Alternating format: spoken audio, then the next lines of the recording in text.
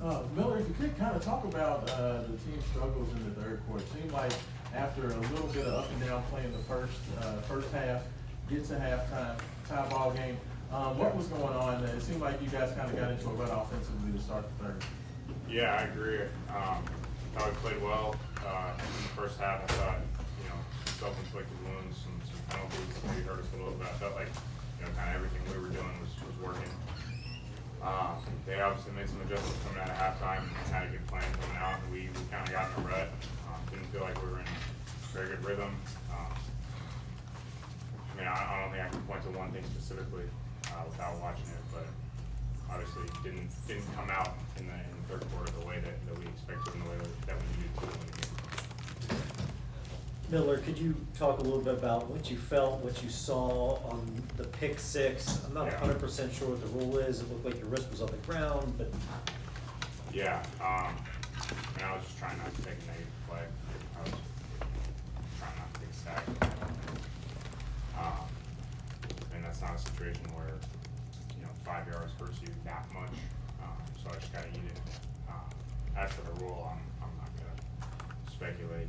We obviously can't leave it in the refs' hands. We gotta take care of business on our end. So obviously frustrating. I'm just trying not to take a negative play. But yeah, I can't turn the ball over. So.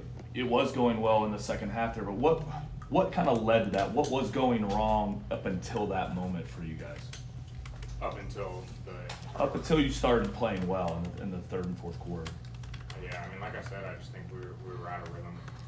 Got behind the stakes a couple times. I think the first drive of the second half was going all right, and then we ended up getting a penalty, getting to a third and long, which obviously we can convert, and we did throughout the day, but is not ideal offensively.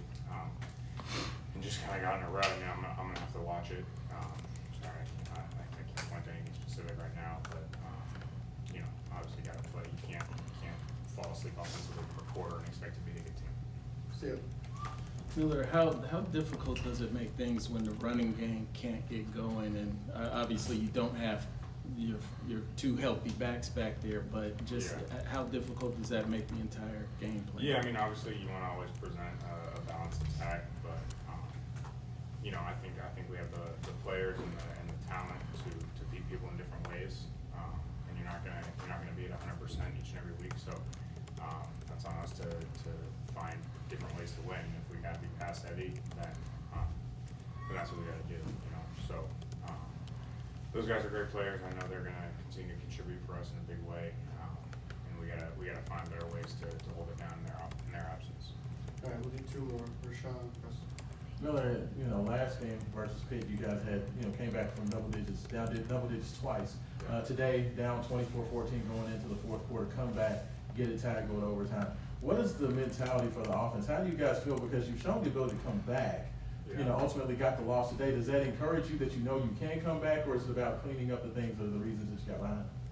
Yeah, obviously, I think it's good to know you're never out of it, but you don't ever want to go down 2 scores. So it was a big emphasis this week to start fast, and I felt like we were rolling on that first drive, had a couple penalties, and then ended up having a miscue that led to a defensive touchdown. So I think the best way to answer it is you never want to fall behind 2 scores, but it is I guess good to know that you're never out of it. Last one. Miller, from your vantage point, what did you, Isaac Brown catch? Pretty big play there in overtime, which they overturned. Did you think that was a completion, or what did you see? Yeah, I don't know. I think kind of same thing goes. You don't want to ever put it in their hands. I know they let the TV listen now, so I'm sure there'll be a lot of opinions on that. But I don't know. I tried to kind of put it where only Isaac could get it, and I thought he made a great effort. He's a great player and sold out on the play. So I think from our standpoint, that's kind of all you can ask for to execute the play call to the best of your ability. So of course I would have wanted it to be a catch. I think we definitely would have got 7 at that point, but we didn't. So it's what it is. We got to move on and continue to play the next play, and it didn't go our way this time. Thank you.